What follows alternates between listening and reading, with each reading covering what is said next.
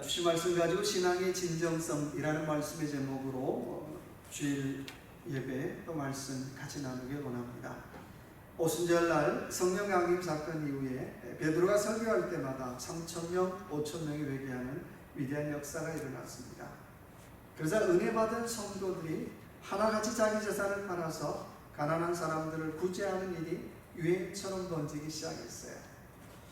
옛날 부흥에 제가 제 기억으로도 참석해 보면요, 은혜 받으면 뭐 금반지도 나오고 금목걸이도 나오고 그렇게 헌금하는 일이 참 많았어요. 그렇게 헌금하면서도 한 사람도 아까워하지 않고 헌금을 드렸다는 거예요. 마찬가지로 초대교회를 보면 뭘 하나를 해도 억지로 하지 않고 그 안에 자원함이 있고요, 자발적으로 했다는 거예요. 그래서 부흥이라고 한다는, 부흥은 내가 원한다고 해서 이루어지는 것이 아니죠. 그 안에, 그 사역 안에 자원함이 있을 때, 자발적인 마음이 있을 때 일어나는 거예요. 내 마음에 하나님을 향한 마음이, 자발적인 마음이 있을 때, 또 자원하는 마음이 있을 때 일어나는 거라고 하는 것입니다. 그래서 교회는 하나님을 향한 자발적인 예배가 있고요, 하나님을 향한 자발적인 기도가 있고요, 하나님을 향한 자발적인 섬김이 있을 때에 부흥이 일어나더라는 거예요. 뭐든지 억지로 하면 되지 않아요. 오늘 말씀의 제목을 신앙의 진정성이라고 얘기했는데요, 진정성이라고 하는 그 단어를 국어사전에 보면요, 이렇게 얘기합니다. 참되고 정성스럽다라고 얘기해요. 진정성이 무엇입니까? 라고 얘기한다면 참된 것, 정성스러운 것이 합쳐져서 진정성이라고 얘기해요. 그러니까 우리가 무엇을 하든지 간에 그 일을 참되게 했습니까? 그 일을 정성스럽게 했습니까? 라고 하는 두 가지 질문에 자신있게 예스 할 때에 그때 비로소 진정성이 있었다라고 얘기해요. 목사님, 내가 기도했습니다, 내가 섬겼습니다, 내가 헌신했습니다. 그런데 물어볼까요? 정말 참되게 하셨습니까? 정말 정성스럽게 하셨나요? 이 두 가지 질문에 자신있게 예스 할 때에 진정성이 있다라고 얘기할 수 있다라고 하는 것입니다. 그런데 이런 초대교회 부흥에 갑작스럽게 찬물을 끼얹는 사건이 발생합니다. 바로 유명한 아나니아와 삽비라 사건이에요. 한참 교회가 부흥되고 있는데, 한참 교회가 승승장구하고 있는데 그때 찬물이 확 끼얹어지는 거예요. 그래서 마치 이스라엘 민족이 여리고성을 무너뜨리고 승리의 기쁨과 감격을 누리고 있는데 그 기쁨이 채 가시기도 전에 아간이 오단벌 금은 한 덩어리를 빼돌려서 아이성 전투에서 충격적인 패배를 맛보는 것하고 똑같죠. 이런 아나니아와 삽비라 사건이 오늘 저와 여러분에게 주는 교훈이 있습니다. 첫째는 성령이 강하게 역사하는 곳에는 뭣도 역사해요? 마귀도 사탄도 강하게 역사한다는 거예요. 은혜가 많은 곳에는 다툼도 많다는 거예요. 은혜가 있는 교회가 조금 시끌시끌하잖아요. 마귀가 전혀 역사하지 않는 교회, 아마 이상 죽은 교회겠죠. 또 하나는 지상에 있는 교회는 아무리 은혜로워도 온전한 교회 없다는 거예요. 교회 시작은 성령이고 교회 시작은 은혜로 출발했으면 더 오래오래 가면 좋잖아요. 근데 며칠도 못 돼서 어떻게요? 그 은혜가 와장창 쏟아지고 말아요. 와장창 무너지고 말아요. 그래서 요즘도 보면 교회 상처받은 분들이 종종 더 온전한 교회를 찾아다니는 분들이 있어요. 목사님, 좋은 교회 없을까요? 은혜로운 교회 없을까요? 근데 세상에 그런 완전한 교회 없어요. 또 설령 그런 교회가 있다 할지라도 당신이 그 교회에 등록하는 순간 그 교회는 어려워지겠죠. 또 하나는 은혜 받은 사람이라고 할지라도 누구라도 마귀의 도구로 쓰임받을 수 있다는 것입니다. 아나니와 삽비라, 초대교회의 뛰어난 리더예요. 또 부부가 커플로 열심히 헌신했던 사람이에요. 그런 사람이 한순간 마귀의 도구로 쓰임받고 말았다는 거예요. 그러니까 누가 우리 보고 마귀라고 말하면 기분 나빠하기 전에 혹시라도 내가 마귀에게 쓰임받고 있는 것 아닌가, 그런 질문 해봐야죠. 그런 되돌아봄이 있어야죠. 정말 마귀에게 쓰임받고 있는데 마귀야라고 부르지 천사야라고 부를 수 없잖아요. 그렇지 않겠어요? 고린도전서 10장 12절의 말씀에 그런즉 선줄로 생각하는 자는 넘어질까 조심하라고 말씀하고 있어요. 그러니까 내가 선줄로 착각하지 말라는 거예요. 내가 뭐가 된 줄로 착각하지 말라는 거예요. 우리는 늘 영적으로 내가 넘어지지 않도록 조심해야 된다는 거예요. 산에 등산할 때 보면 초보자가 사고 당하는 건 퍼센테이지가 작아요. 근데요, 좀 나 산 좀 탈 줄 알아, 나 산 좀 타봤어, 그러다가 어떻게 해요? 사고 와장창 나는 거예요. 아예 모르면 조심하니까 사고 안 나죠. 근데요, 조금 알기 시작하면 조심 안 해요. 그러다가 사고 나요. 여러분, 우리가 이 시간에 아나니아와 삽비라를 통해서 우리의 신앙의 진정성에 대해서 같이 한번 깊이 한번 생각해 보기를 원합니다. 첫 번째, 신앙의 진정성은 너무 손발이 잘 맞는다고 좋은 부분은 아니라는 거예요. 1절의 말씀 보니까 아나니아라는 사람이 그의 아내 삽비라와 더불어 소유를 팔아.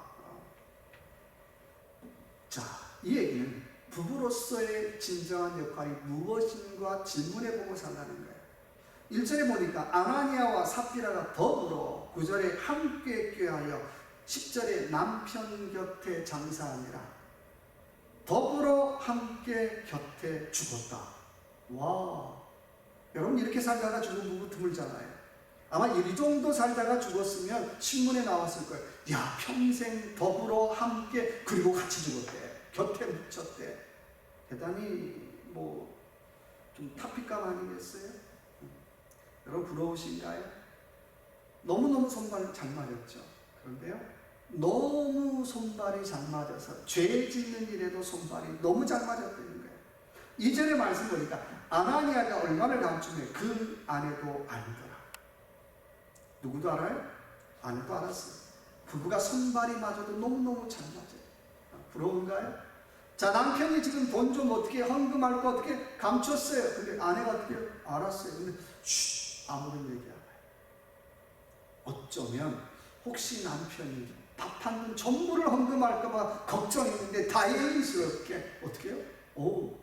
알아서 어떻게 얼마 감춰주니까 얼마나 고마웠는지도 몰라요. 아마 그렇게 생각했을 가능성도 있어요. 여러분, 정말 좋은 부부는 어떤 부부가 좋은 부부인가요? 정말 좋은 부부는 손발이 잘 맞는 부부가 아니에요. 서로에게 멘토가 되고 서로에게 멘티가 되는 부부가 좋은 부부예요. 멘토가 뭐죠? 서로에게 상담자가 되고 조언을 해주는 사람이 되는 것, 그걸 멘토라고 부르죠. 멘티는 뭐예요? 그런 상담이나 조언을 잘 받아들이는 사람을 멘티라고 얘기해요. 그러니까 좋은 부부의 역할은 그런 거라는 거예요. 상담해주면 상담받고, 어떻게 해요? 조언해주면 조언받고요. 그렇게 서로가 서로를 세워갈 때 좋은 부부라고 하는 것입니다. 그런데 오늘 아나니아와 삽비라는 그런 멘토와 멘티 역할이 없었어요. 그냥 손발만 잘 맞았어요. 여러분, 교회에서 어른들의 역할이 뭘까요? 좋은 멘토 역할을 하는 거죠. 근데 좋은 멘토가 없으니까 좋은 멘티가 나오지 않는 거예요. 맨날 교회에서 뭘 배웁니까? 맨날 다투고요, 싸우고 이런 거 배우잖아요. 그래서 성도들도, 이웃사람들도 교회 하면 그리고 고개를 젓잖아요. 왜 그럴까요? 그것은 교회에 좋은 어른이 있다는 거예요. 그렇다면 왜 아나니아와 삽비라, 왜 좋은 멘토와 멘티가 되지 못했을까요? 사람이 나빠서일까요? 아니죠. 3절의 말씀 보니까 베드로가 이르되 아나니아야, 어찌하여 사단이 내 마음에 가득하여 내가 성령을 속이고 땅가 얼마를 감추었느냐. 그 사람이 나빠서가 아니죠. 그 사람 마음에 뭐가 가득했어요?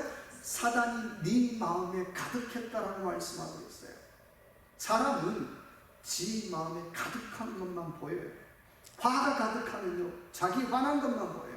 자기 욕심이 가득하면 욕심이 난 것만 보여요. 자기 속상하면 자기 속상한 것만 보여요. 오늘 사단이 가득 차면 나타나는 증상이 있죠. 첫째는 누굴 속여요? 성령을 속이려고 해요. 그거 분명히 하나님 뜻 아닌데 하나님 뜻처럼 속이려고 해요. 또 하나님 뜻이라고 쉽게 얘기해요. 정말 그런가요? 나는 알잖아요. 두 번째는 사단이 가득하면 어떻게 해요? 감추는 것이 많아요. 헌금만 감추겠다는 게 아니라 뭐든지 어떻게 해요? 감추는 것이 많아요. 내가 그 사람 만났는데 어떻게 해요? 찜찜해요. 개운치 않아요. 뭔가 어떻게 해요? 감추는 것이 많더라는 거예요. 전에 있던 교회에서 있었던 일입니다. 어느 집사님 한 분이 교회 등록을 했는데요. 성도들이 하나같이 다 목사님 믿음이 정말 좋아 보입니다. 저것 청년부 부장시키면 딱이겠습니다. 근데 제 마음이 영 개운치 않는 거예요. 기도하면 할수록 개운치 않았어요. 나중에는 청년들이 왔어요. 목사님, 저 집사님 우리 청년부 부장시켜주세요. 너무 개운치 않은데 온 교회와 성도들이 다 그렇게 얘기하니까 그래요? 알겠습니다. 왜 청년부 부장을 시켰어요? 근데 그러다가 6개월 정도 있다가 갑자기 사라졌어요. 나중에 알고 봤더니요, 교회 집사님들에게 다니면서 어떻게 돈을 뿌리기 시작합니다. 집사님들이 이 집사님 처음 볼 때 믿음이 좋은 사람처럼 보인다고 그랬잖아요. 그래서 믿고 빌려줬어요. 근데 6개월에 갑자기 떴어요. 돈 잃고 너무 속상해서 교인들이 저에게 하는 말이 왜 그런 사람 부장 뽑았냐는 거예요. 제가 그때 참 힘들었어요. 분명히 찜찜한데요. 분명히 확신 없는데요. 마지못해 시켰다는 저 잘못도 있지요.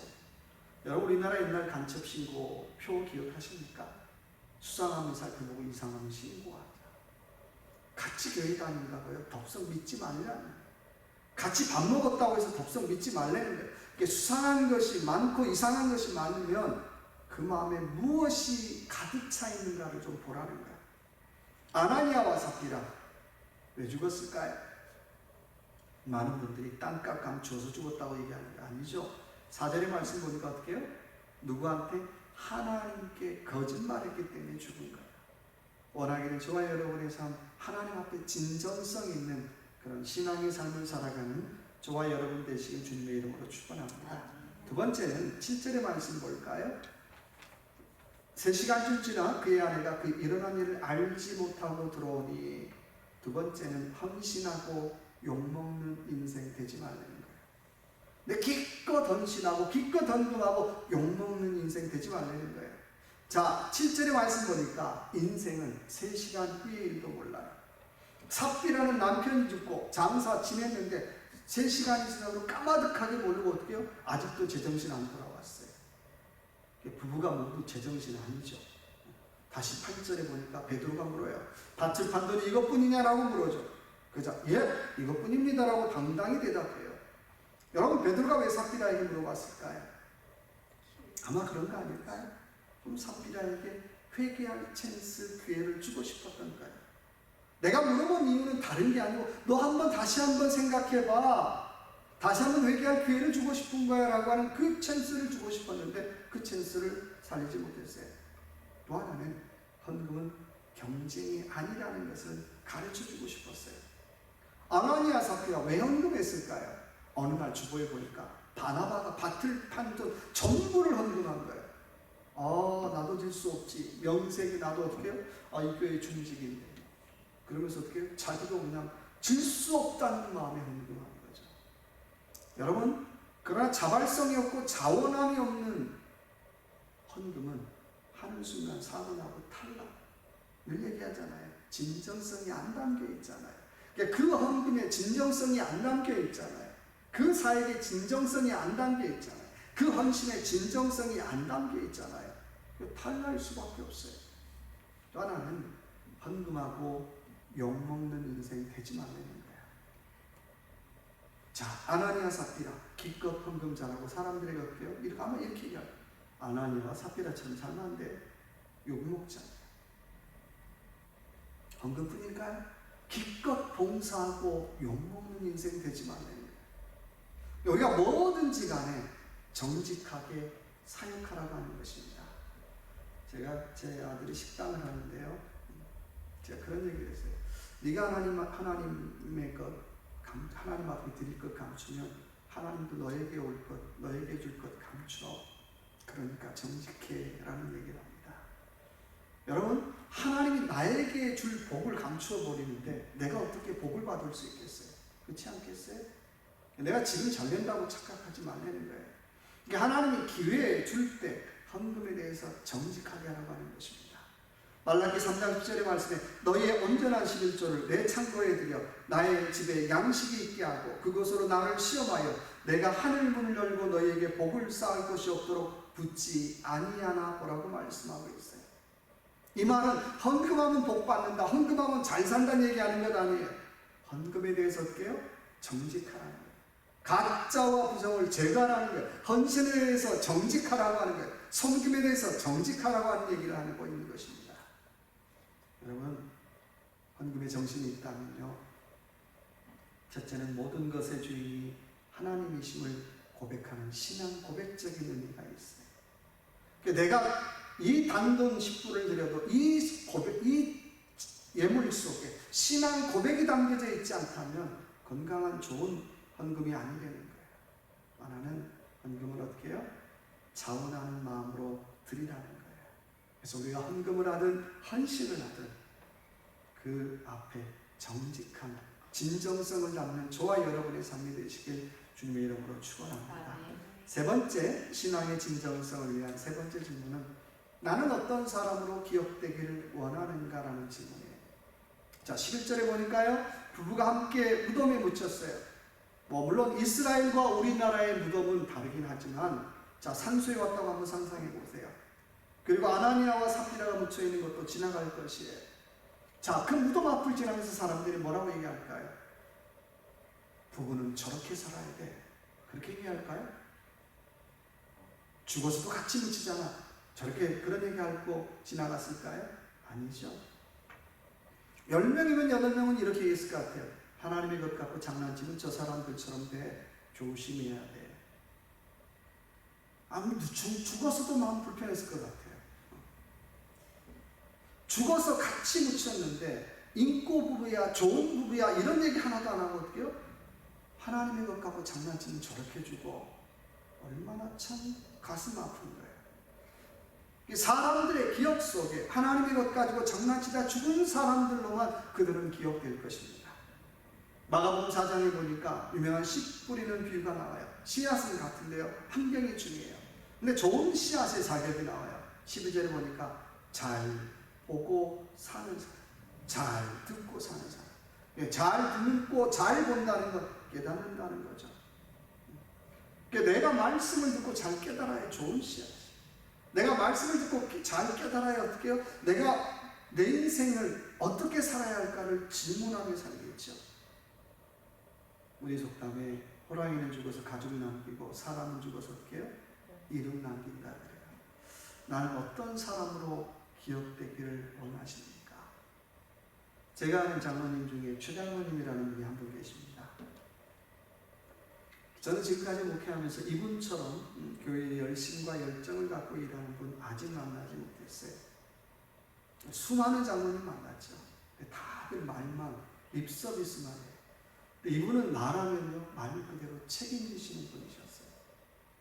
이분이 교회 건축을 했어요. 근데 다들 너무 크게 건축했으니까 감당 못하게 되는 거예요. 장로님 역시도 어떻게, 이거 어떡하나, 그리고 어떻게, 밤새 잠을 못 자는 거예요. 하나님, 이 교회 어떡합니까? 교인들이 다 감당 못한다는데, 그때 주신 마음이, 네가 하면 되잖아. 네가 감당하면 되잖아.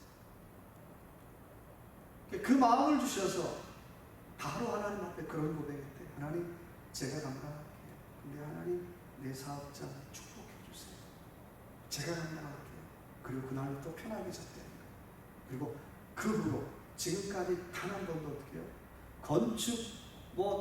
건축원금이 밀리고 또 교회 페이먼이 밀린 적이 없대요. 여러분, 어떤 사람으로 기억되기를 원하십니까? 내가 대단한 일을 한다라고 사람들은 나를 대단한 사람으로 기억하지 않아요. 중요한 것은 내가 하는 일에 내 땀이 묻어있는 일, 내가 하는 일에 내 눈물이 묻어있는 일, 내가 하는 일에 내 기도가 묻어있는 일, 그런 진정성 있는 일들만 사람들은 기억한다는 거예요. 마찬가지로 하나님도 마찬가지겠죠. 내가 대단한 일을 해서가 아니라 교회 섬김이든 봉사든 헌신이든 내 땀이 묻어있고 눈물이 묻어있고 기도가 묻어있는 그런 진정성 있는 것을 하나님은 기억하시더라는 거예요. 원하기는 저와 여러분의 삶, 큰 일이든 작은 일이든 그 일이 참된 일이고 그 일이 정직한 일이 되는 그런 진정성 있는 그런 신앙생활을 살아가는 저와 여러분의 삶이 되시길 주님의 이름으로 축원합니다. 기도하겠습니다. 하나님, 우리의 삶 좋은 멘토와 멘티가 되게 하시고, 또 하나님 앞에 헌신하고 욕먹는 인생 되지 않게 하시고, 정말 좋은 기억으로 또 좋은 추억으로 남는 좋은 성도의 삶을 살기를 원합니다. 그래서 기왕하는 것, 큰 일이든 작은 일이든 참되고 정직한 마음으로 진정성 있게 봉사하고 섬길 수 있는 우리 모두 되게 하여 주옵소서. 감사함이 예수님 이름으로 간절히 기도드립니다. 아멘. 우리 다 일어나셔서 선한 능력으로 찬양드리겠습니다.